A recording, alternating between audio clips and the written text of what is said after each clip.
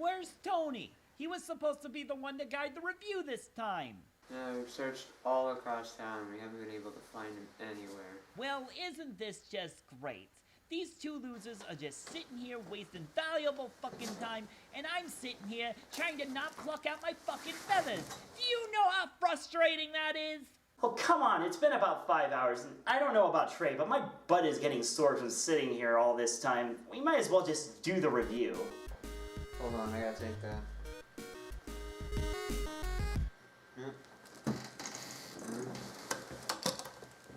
Why is everybody using that moronic John Cena ringtone? That stupid meme has easily run its fucking course by now.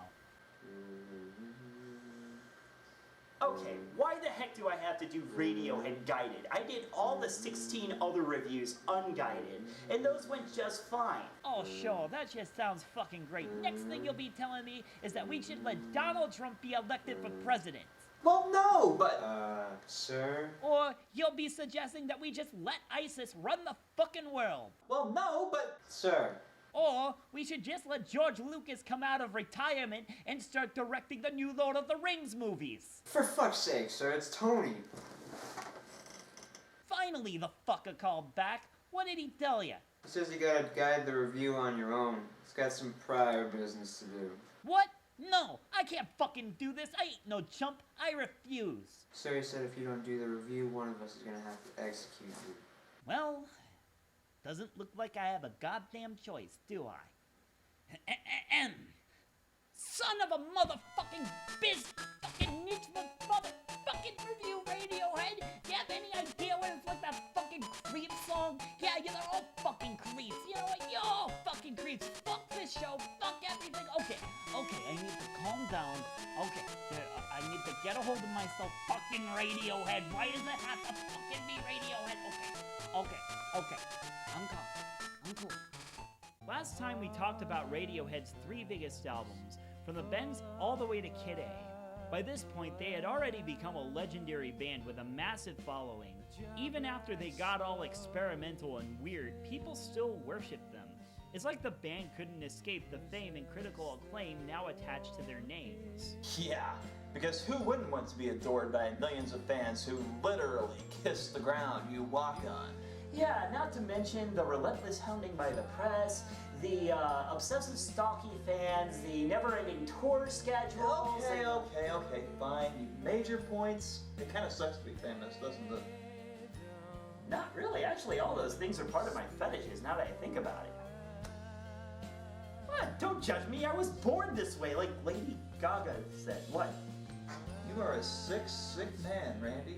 After the release of OK Computer, it wasn't long before several bands old and new started wanting to emulate it. Radiohead knew they had to do something to change their sound. Wait one collar picking minute. That's the same fucking information you used for Kid A's production in part 2. Well, Fred, if you let him explain... I hired you guys to review bands using your own original words, not recycling the same shit over and over again. But, Fred... What do you think I am, a schmaltz? What the fuck is a schmaltz? Do you think I was fucking born yesterday? Okay, Fred, stop for just 1 second and think that maybe, just maybe, Amnesiac and Kid A came from the same recording sessions. Oh, well why the hell didn't you just say that instead of repeating the same goddamn information? Because we just like fucking with you. Oh, go fuck yourselves. Anyways, as I should have been saying... The recording sessions of Kid A were so lengthy that the band ended up with enough material for 2 albums. They didn't like the idea of making Kid A a double album, though, so they also considered releasing a series of EPs instead. Ultimately, though, they felt the songs didn't flow well together and sounded as if they came from 2 different places. The only answer then was to release one group of songs that went together as Kid A, and the songs in the other group as a separate album, Amnesiac. Well, after hearing about that, that must have been awkward for some Radiohead fans. I can only imagine that in their minds, this is what they saw. Hey kids, are you a fan of Radiohead? Oh golly gee willikers, are we ever? Did you like OK Computer and Kid A? They're only 2 of the best albums ever! Well, it is with my great pleasure to announce that Radiohead has a brand new album coming out! Oh man, is it fresh material for new sessions? Nope. Is it a live album? Nope. Oh, okay then. Is it like a re-recording of songs that we've heard already, but like reimagined in the new electronic atmosphere? Then what is it? The leftover table scraps from Kid A. You know, it doesn't sound all that great when you say it like that. Too bad. You'll still buy it anyways because you're a Radiohead fan, and Radiohead fans will buy and praise anything with this band's name attached to it. Amnesiac bitches, order it now. Joking aside, this is actually a really solid album. It may not be an instant classic like the previous three were, but the fact that these were leftover songs from the Kid A sessions and amounted to a great album is amazing in and of itself. First off, you get fantastic songs like I Might Be Wrong, which has a tense atmosphere that puts chills down your spine.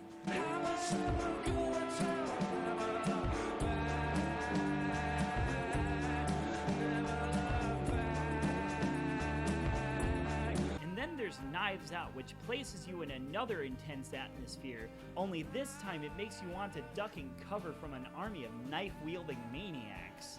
Not that the lyrics are really about that, but that's what the music makes me feel.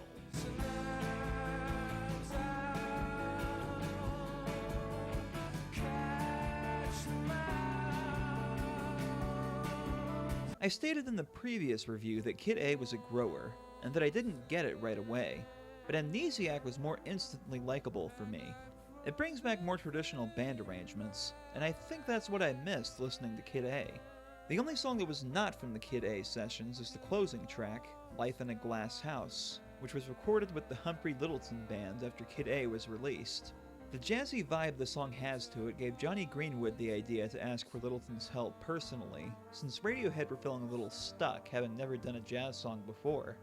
Littleton agreed, and the participation of him and his band is a huge reason why this was one of my favorite songs on this album. Of course I like to sit around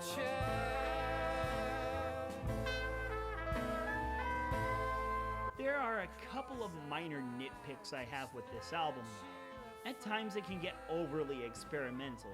Don't get me wrong, there is a niche for this spooky, glitchy type of music, but that's not my cup of tea. For instance, Polk/Pull Revolving Doors seems to just kinda happen for me. It sounds spooky and weird, but that's about it. It doesn't do much to really move me, it's kind of boring to be honest.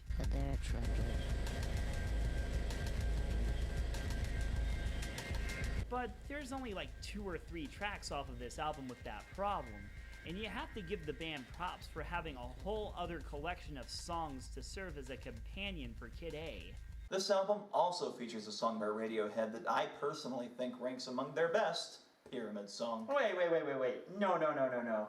I gave you Karma Police. You let me do Pyramid Song. But I'm a piano aficionado. Ha! Aficionado? Mm-hmm. Oh, look at you, some sort of expert. Well, guess what?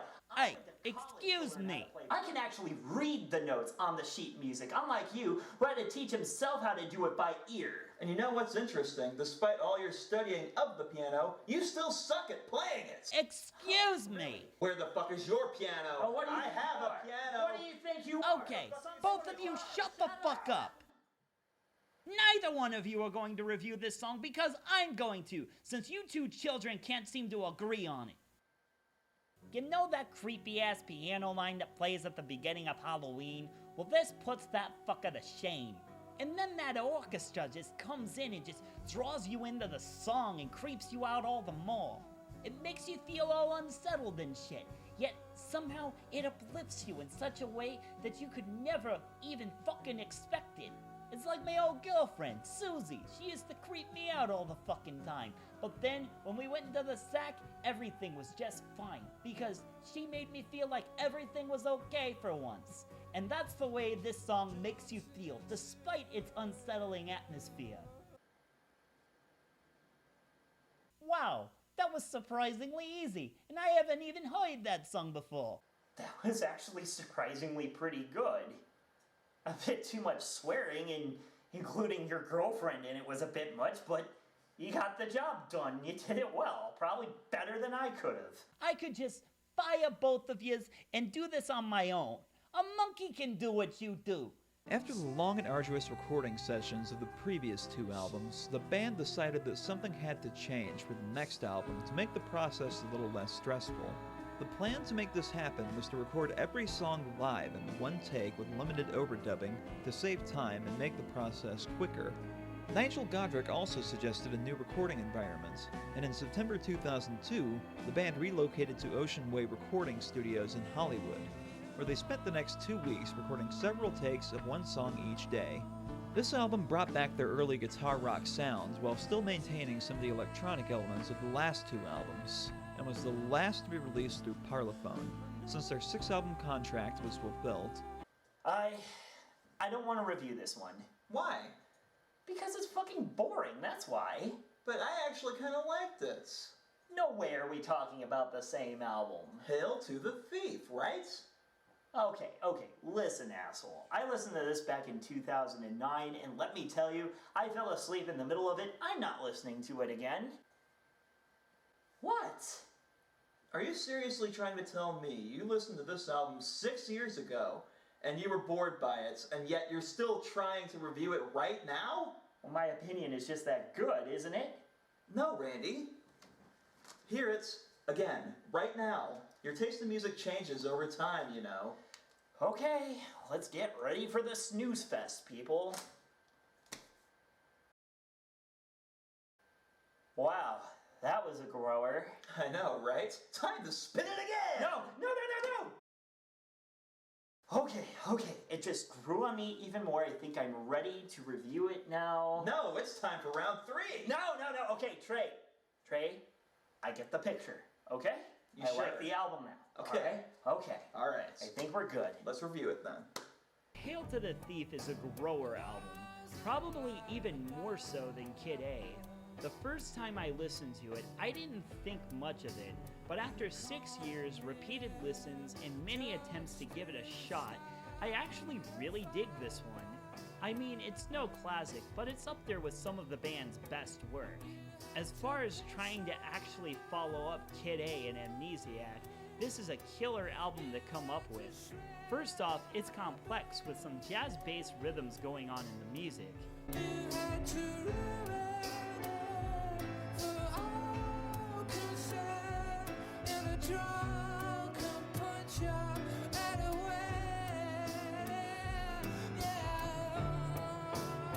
And the electronic elements, well, the band focuses on them now more than they ever did, with some tracks getting downright haunting in their minimalism.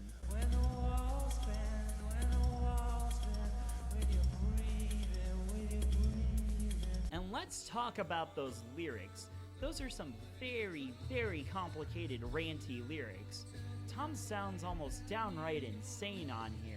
I mean, imagine reading these lyrics out of context to someone. Drag him out your window, dragging out your dead, singing I miss you, snicks and ladders, flip the lid, out pops the cracker, smacks you in the head, knifes you in the... Randy? What? Are you off your meds again? No, I don't take meds for anything. I'm just reciting lyrics from Tom York. That's what you said last time, Randy. Come on. Do you not remember hanging from the ceiling, threatening to kill all the Smurfs? You don't want to That recur never to happened. that, do you? No, I seriously just Randy. reading. Oh, no, what? No, what are you doing? No. Come on. No, come Go on, take your man. meds. At the time that this album was released in 2003, it was no surprise to anyone from the title that it was going to be politically charged. The quote, "Hail to the Thief," was actually coined during the George W. Bush administration by his protesters after the controversy behind the U.S. presidential election in the year 2000. York was the father to a newborn child at the time that he was writing this album, which shaped the lyrical content as he wanted to, quote, distill the lyrical themes into childlike simplicity, so as not to make a political statement outright. There are also a lot of references to nursery rhymes in the lyrical content as well, and each song has an alternate title. It's very clever what Radiohead did here. I really liked this album, and had more tracks to recommend off this one than any of the 4 we're covering in this episode. Some of my favorites were Sit Down, Stand Up, which gives you an unsettling feeling of being ordered around by a cruel leader,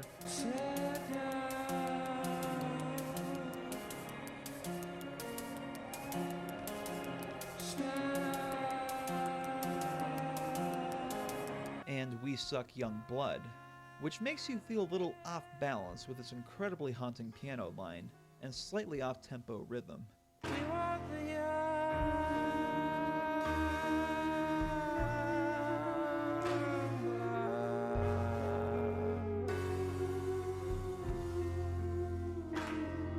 And then there's my favorite track on the whole album, and probably one of my favorite Radiohead songs of all time. I swear, it's my favorite. Wait, aren't there like 5 songs by Radiohead that you've already said are your favorite? Oh God, what are you insinuating? Do you know who you're starting to fucking sound like? No, please don't say it. I don't have to. I'll just show a clip of him. Oh man, this next one's my favorite. I like this one a lot. You better be good at explaining this one to us, or else you'll just end up sounding like another musical plebeian. Don't make me use that voice again. Fine, I refuse to be compared to Cal Trutesta. This song is goddamn intense.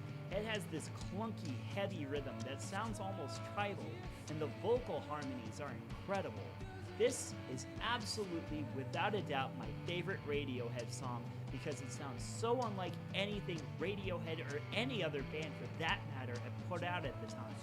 But it still had pieces of their signature style that made you know that without a doubt this is, in fact, Radiohead that you're listening to. No other band could really pull something like this off. There, are you happy now, Fred? I won't be happy until I don't have to guide this review anymore. God damn, we're not gonna get out of this one alive, Trey. Radiohead, now unsigned and with no deadlines for their next album, took their time and spent 2 years working on their next album, In Rainbows. Production began in March 2005 in their Oxfordshire studio, Canned Applause, which they had set up years earlier during the OK Computer sessions. They had a slow start, at first working on their own without a producer, but these sessions proved to be counterproductive. They took a break, went on a tour, and asked for Nigel Godric's help after returning to the studio in October 2006. Recording came easier this time, and the band kept fans up to date on their progress with a blog called Dead Airspace. The band also got a bright idea and decided to try something new with the release of this album by having fans name their price to pay whatever they wanted for an MP3 version of the album, even for 0 pence if they wished. However, they knew that not all of their fans would have internet access, so the release of a physical CD was planned as well. Those fans would pay the standard price of a new CD. In Rainbows is my 3rd favorite Radiohead album. The thing is that a lot of fans hated this album when it came out because it showed a return to rock music, so to speak. And while the synthesizers do take a back seat after years of them focusing on them, compared to albums like The Bends and OK Computer, Radiohead's sound has definitely changed, even when going back to their more guitar-driven sounds. If you look at the previous rock efforts from them, they were always really theatrical and dramatic. But here, Radiohead is a lot more restrained. Don't get me wrong, tracks like Body Snatchers can get pretty dramatic and over the top.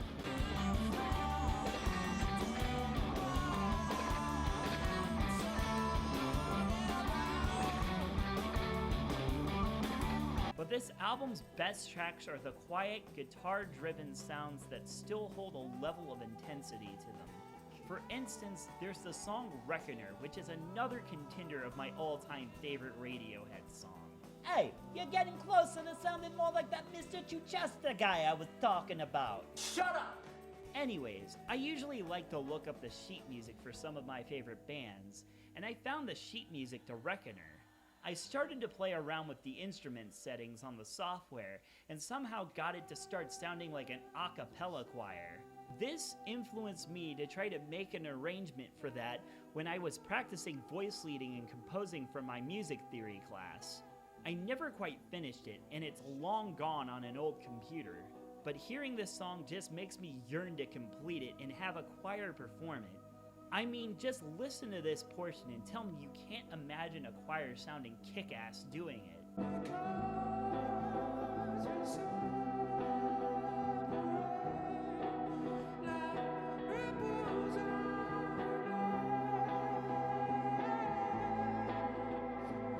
here's something I've been wanting to talk about. Hail to the Thief was leaked before its release, and it still wound up being highly successful. This ended up being revolutionary to the music industry because now it's not exactly unheard of for a band or an artist to have an album quote-unquote leaked a week or two before its official release. And you know what? It's actually helped to slow down pirating in some ways. Which is weird because you think it would help to encourage pirating. Now don't get me wrong, some pirates will just continue to be pirates like it or not, but it's actually given people a chance to review and listen to the album before they decide to purchase it. Albums that leak have actually been proven to sell a little bit better than the albums that don't.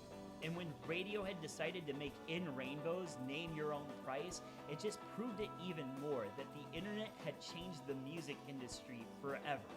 This album is fantastic, and the fact that it was commercially successful and revolutionary to the music industry just makes it all the better.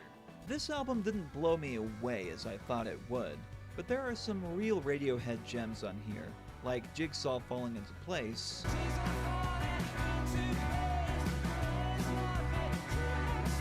and the closing track, Videotape.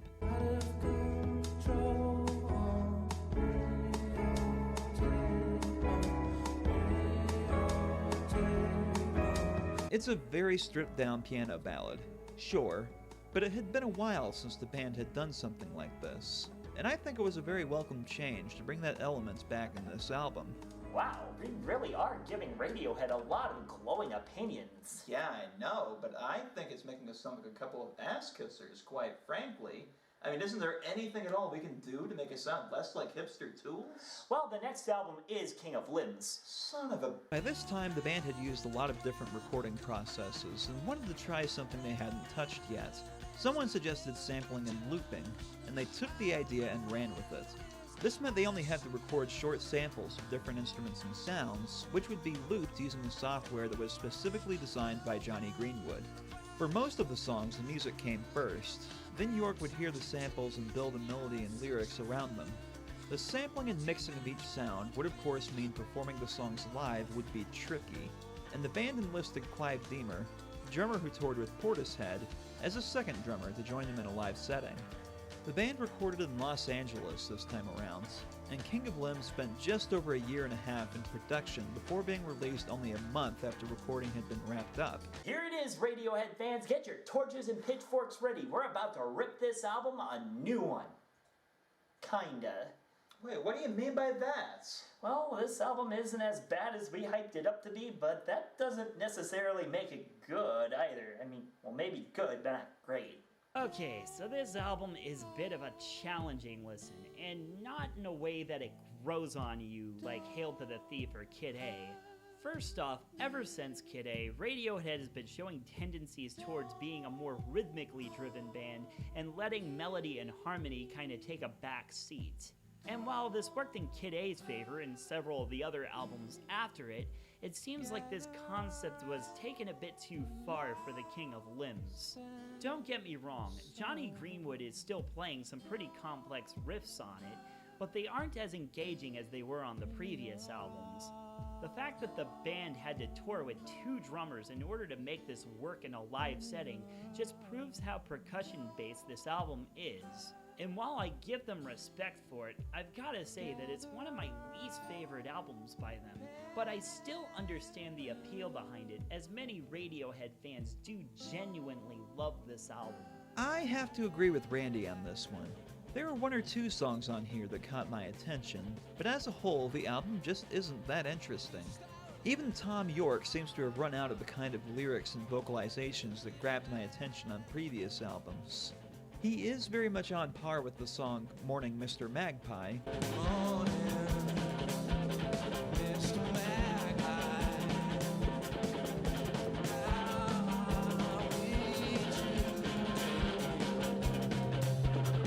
and I found Lotus Flower to be very catchy.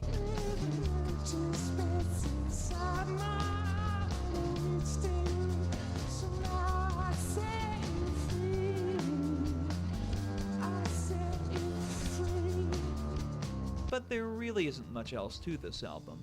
It's definitely Radiohead's weakest, but it isn't unlistenable, just a little boring compared to their previous work. The band still deserves some credit for constantly experimenting with different recording techniques and being able to dedicate entire albums to a certain one. I'm very interested in seeing what they do next. Wow. 8 albums and 3 episodes. That was quite a journey. You ready for your final closing statement, Stray? Oh yeah, more than ready.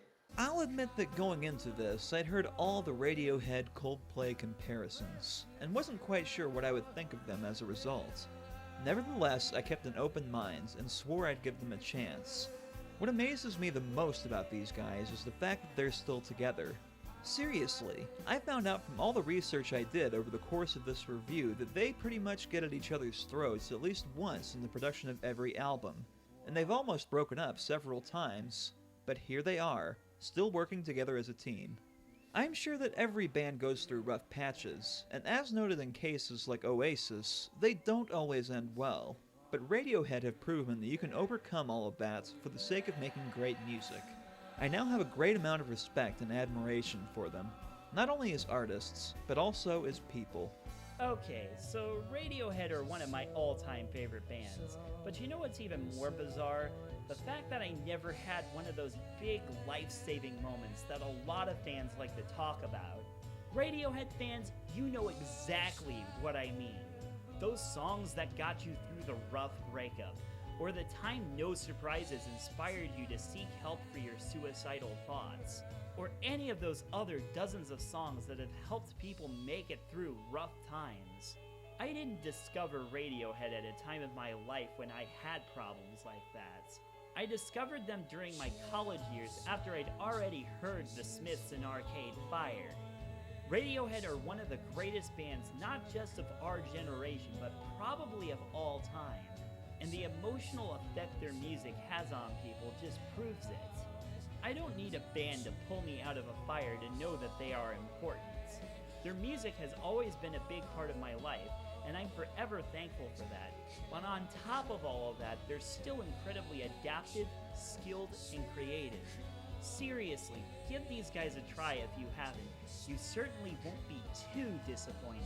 Finally, I'm done. I can go home, relaxed, and enjoy a nice hot plate of spoloni.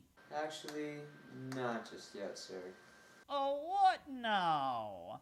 Tony says you have to reveal his identity to the boy. Per my contract, boss. If I were to let anyone know the real Tony, I would forfeit my life. Oh my god, he can actually talk! Alright, P. You've been my business partner and all. But if Fred goes down, my life's forfeit as well. Okay, this is getting way out of control here. Pete, if you shoot Zubby, I'm gonna have to shoot you. Karma police, arrest that girl. Her Hitler hairdo is making me feel ill. Oh God, naked man, not you too. This is what you get when you mess with cocaine. Fucking hell, this shit's getting convoluted. Wait, why am I the only one that doesn't get a gun? Because you're too much of a pussy for a gun. You know what? I'm taking cover. I can't handle this right now. This is too much. Well, this just went to Shitsville on the third wagon. Will Randy and company get out of this alive? Will Tony escape this without his identity being revealed? Will Fred finally be lit on fire and turn into a phoenix? Find out in the exciting conclusion of 2Beats Plus!